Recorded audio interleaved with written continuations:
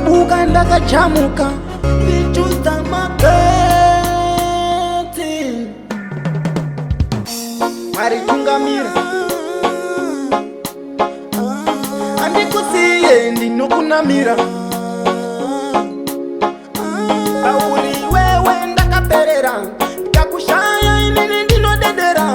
Rudo chete rwandochemera, kana usipo ndoshaya wekuyemera. Pauri wewe ndakaperera, ndikakushaya inini ndinodedera.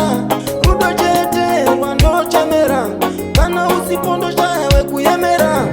Rudo ibofu Mwari tungamira, nguva yareba tirambe takamira. Andikusiye ndinokunamira, wakanaka wane tarisamira. Asi rudo ibofu Mwari tungamira, nguva yareba tirambe takamira. Andikusiye ndinokunamira, wakanaka wane tarisamira. Structure yako baby chingoziva unondi appetizer. Character yako lady chingoziva unondi colonizer. Voice rako baby chingoziva unondi equalizer. Smile yako lady chingoziva unondi normalizer. Rudo ibofu Mwari tungamira, nguva yareba tirambe takamira. Andikusiye ndinokunamira, wakanaka wane tarisamira. Asi rudo ibofu Mwari tungamira, nguva yareba tirambe takamira. Andikusiye ndinokunamira, wakanaka wane tarisamira. Andingamusiye ega mwana uyu kaini, sango muzere nezvikara indomperekedza mwana uyu kaini. Sango muzere nezvikara ndikamushaya ungandirwadza upenyu. Sango muzere nezvikara andingamusiye ega mwana uyu kaini. Rudo ibofu Mwari tungamira, nguva yareba tirambe takamira. Andikusiye ndinokunamira, wakanaka wane tarisamira.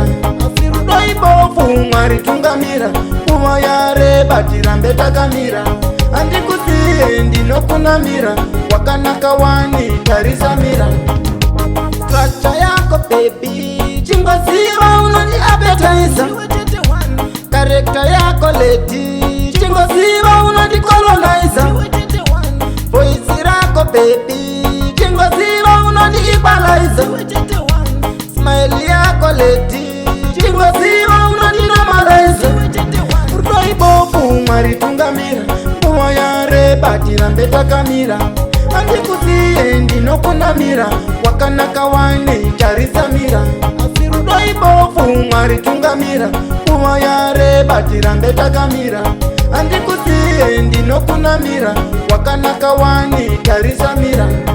Rudo ibofu Mwari tungamira, nguva yareba tirambe takamira. Andikusiye ndinokunamira, wakanaka wane tarisamira.